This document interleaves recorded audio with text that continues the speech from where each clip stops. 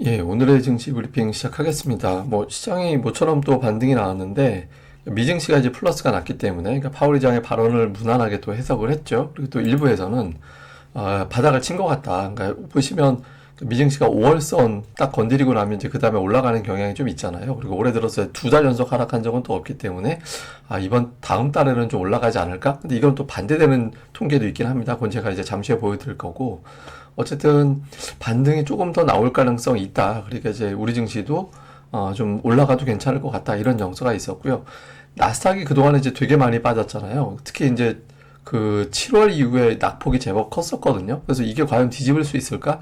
이런 걱정이 있는데 올 초에 이미 10.5%나 빠졌다가 이걸 뒤집고 고점을 경신해버리는 그런 상황이 만들어졌었잖아요. 이번 같은 경우는 뭐 8.9%, 9% 정도이기 때문에 이미 저점을 쳤다. 그때 이제 10% 정도, 이번에 9% 정도 하락하고 저점 치고 이제 올라서는 과정이 시작이 될 거다. 뭐 이런 어떤 기대감이 좀 있죠. 그러니까 파월과 엔비디아 고비를 넘기고 투자자들이 약간 자신감을 좀 회복한 그런 부분들이 이제 시장에 올라갈 수 있는 계기를 만들어줬고, 무엇보다 이제 파월의 발언이 그러니까 매파적인 발언이 없진 않았잖아요. 뭐 인플레이션 진정 환영할 만하지만 여전히 높아서 좀 필요하면 추가적으로 행동할 거다. 이런 어떤 언급을 했지만 투자들이 더 주목한 건 신중하게, 예, 데이터, 그리고 신중함, 예, 그리고 이제 인플레이션 목표 바꿀까봐 좀 걱정했었는데 2% 목표 그대로 유지할 거다. 이런 어떤 발언을 하다 보니까 이번에는 이제 파월이 사고치지 않았다. 이렇게 이제 평가가 된 거죠. 그래서 미국의 어떤 국채금리가 파월 의장이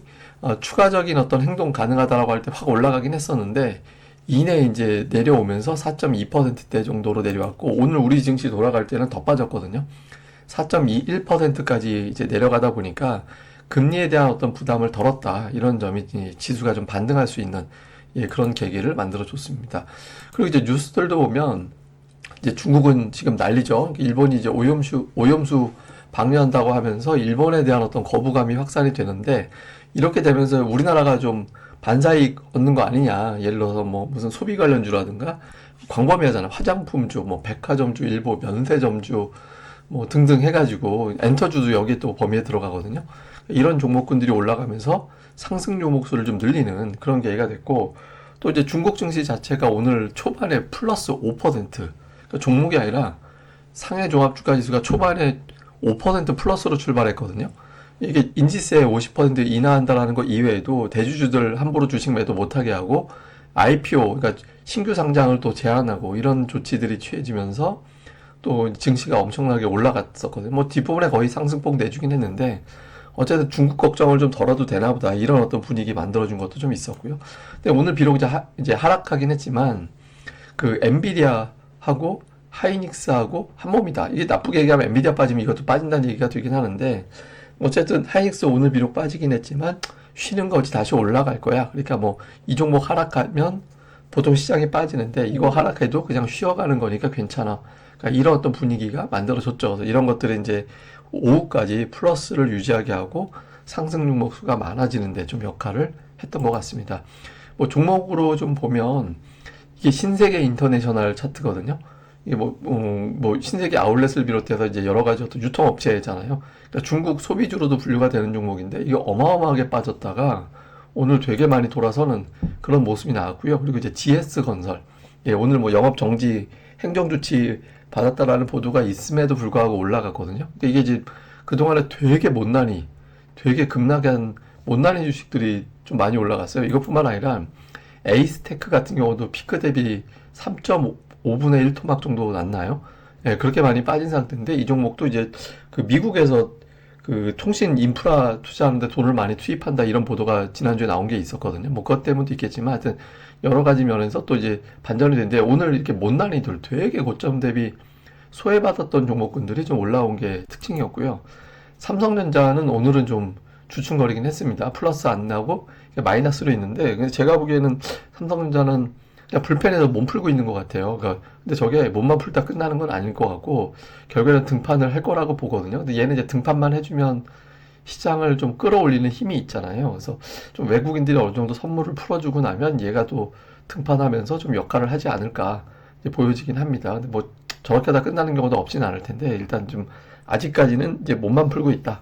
예, 외국인들 선물이 좀 사들여 와줘야 이제 위로 열릴 것 같은데, 뭐 한번 좀 보죠. 그리고 이제 수급에서는 외국인들이, 코스피는 약간 거의 관망, 코스닥은 이제 그 매수했고요. 기관이 오늘 이제 매수를 했는데, 기관은 아마 좀 향후에 매수를 하는 날이 조금 더 많을 가능성이 높습니다. 특히 이제 선물을 보면 외국인들이 지난주부터 이제 선물 매수하는 빈도가 많아졌거든요. 그러니까 6일 중에서 5일 매수해서. 근데 너무 쪼잔하게 사요. 저게 이제 조금 더 몸만 풀게 하려고. 근데 몸 풀다 지치는 경우도 있어서. 근데 어쨌든 외국인들이 조금씩 변화는 있다. 근데 한 방이 없다라는 거죠. 아직은 조금 몸을 사리고 있는 그런 느낌이 들고, 요게 이제 확 풀어지는 날 이제 삼성전자가 올라가는 흐름이 나오겠죠. 종목으로 보면 오늘 삼성전자를 오히려 좀 팔았고, LG에너지 솔루션이 매수가 들어와 있고, 포스코 인터내셔널 이런 거 들어왔는데, 그 업종별 특징이 별로 없어요. 그러니까 특정 업종을 고르게 담았다, 이게 금융주 좀 담았다라는 거 이외에는 특별하게 무슨 업종을 싹 담았네 이런 느낌은 별로 없거든요. 그러니까 이제 수주 관련된 뭐 원전이라든가 하여튼 이런 쪽에 미국 소형 원자로 이런 수주 관련된 종목군들이 약간 보이는 거 정도. 그 다음에 이제 기관 투자자들은 이제 얼마 전까지 제가 중국 소비주들 좀 매수하는 것 같다. 뭐 화장품주라든가 호텔신라 이런 거 이제 매수하는 것 같다라고 말씀드렸잖아요. 근데 오늘 이제 급기야는 이제 종목들이 좀 많이 올라갔죠. 예, 그런 종목들 매수하고 기관들이 좀 시세를 주도하는 그런 형태를 보였고요. 코스닥은 이렇게 업종별 특징이 되게 없었어요. 그러니까 외국인들 같은 경우는 뭐 2차 전지 좀 담아낸 게 있긴 하지만 그 외에는 이게 뭐 특별한 이 테마나 종목들을 매수했다라기보다는 그냥 골라서 담는 그런 어떤 흐름에 가까웠고, 기관이 오늘 51억 코스닥 순매수했는데 그냥 340억을 LNF만 샀거든요. 그래서 LNF 빼면 뭐 에코프로비엠 조금 담긴 했고, 근데 그 외에는 이렇게 적극적으로 매수하진 않았습니다. 그러니까 지난주 보면 2차 전지 해놓고 이제 외국인들은 약간 제약 쪽 사는 느낌이었고, 기관은 반도체 쪽 사는 느낌이었잖아요. 근데 오늘 뭐 그런 특징은 아니었습니다. 2차 전지 주고받고 그 외에는 그냥 종목별로 골라 담는, 그러니까 업종을 담는 느낌은 별로 나오진 않았던 것 같습니다. 자, 이슈를 정리해서 보면 지금 파월 엔비디아 넘어갔잖아요. 미증시가 어떤 구도가 될 거냐. 그러니까 이게 되게 중요한 게, 빅테크가 여기서 조금만 삐끗하면 그동안의 지수는 엄밀하게 말해서 그러니까 빅7 아니었으면 미증시는 하락장인 거예요. 그러니까 이 종목들이 지수를 멱살 잡아 올린 거거든요. 그래서 여기서 빅테크가 무너져 버린다? 그러면 이제 투자자들이 굉장히 좀 어려움을 겪을 가능성이 있거든요. 그래서 뭐 애플을 비롯해서 아니면 엔비디아, 마이크로소프트, 아마존, 테슬라 등등의 종목 중에서 최소 2개 이상, 2개 이상이 좀 시장을 주도해주는 그런 역할을 해주는지가 되게 중요하고요. 그 다음에 이제 국채금리가 지금 어느 정도 이제 내려가는 모습이 나오고 있는데, 제가 뭐 계속 말씀드렸지만 4.4% 전후가 고점이 돼야 된다. 그리고 4.1%가 찍히면 이제 시장이 조금 더 자신감을 갖고 밀고 올라갈 것 같다라고 말씀드렸잖아요. 오늘 4.21까지 왔거든요. 그래서 미증시 돌아갈 때 조금 더 빠져주면, 4.4가 이번에 확실하게 고점을 쳤구나.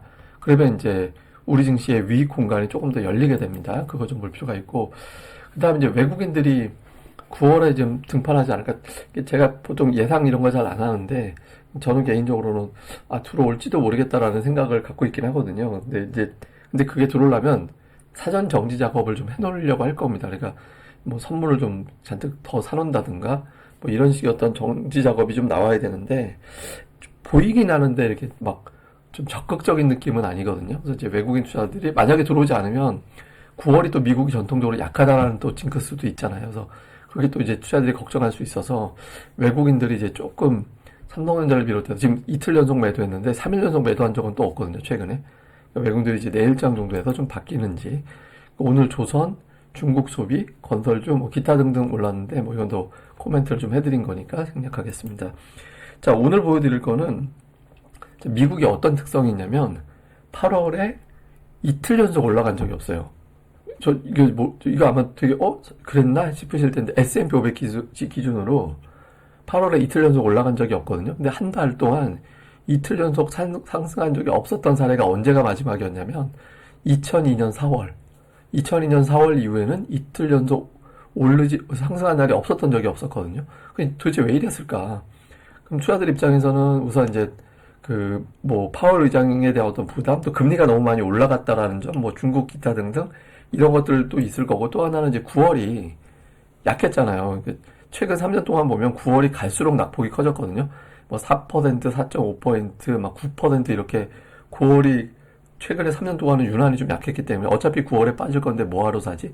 이런 정서가 있었을 거고, 또 하나는 제가 어제 보여드린 차트인데, 그러니까 미국이 보통 G3, 그러니까 미국, 그다음에 유럽 22, 그다음에 이제 뱅크 오브 재팬, 일본까지 이 세 곳의 어떤 유동성이 공급되거나 빠지거나 이거에 따라서 나스닥 100이 움직이는데 이번에 이례적으로 강했다. 그래서 이제 이게 여기서 이제 좀 꺾일 수도 있지 않을까 이런 우려가 좀 있었을 겁니다. 근데 이거 반대되는 것도 있어요. 왜냐면 이제 기술적 펀드 쪽에 글로벌 유동성하고 상관없이 기술적 펀드에는 또 민간 자금이 계속 들어와서 이걸 또 올리는 역할을 하거든요. 근데 어쨌든 이런 걱정들이 많이 반영이 된 상태죠. 근데 이제 뭐든지 작용이 세게 나오면 반작용이 나오게 되고, 뭐 또 우리 증시 같은 경우는 그러니까 작년 이후에 2달 연속 빠진 적은 또 없거든요. 그래서 지금 제가 이걸 왜 보여드리냐면 미국의 이제 월요일 되게 중요합니다. 월요일에 플러스가 나면 이 패턴이 깨지는 게 돼요. 예, 그러면 투자들이 파월 의장의 어떤 부담을 덜어냈다. 이렇게 되면서 이제 증시가 좀 상승 시도한 날이 앞으로 빈번해질 가능성이 높고요. 이 패턴이 유지가 되면은 한 1, 2주 정도는 그냥 치고받기 정도.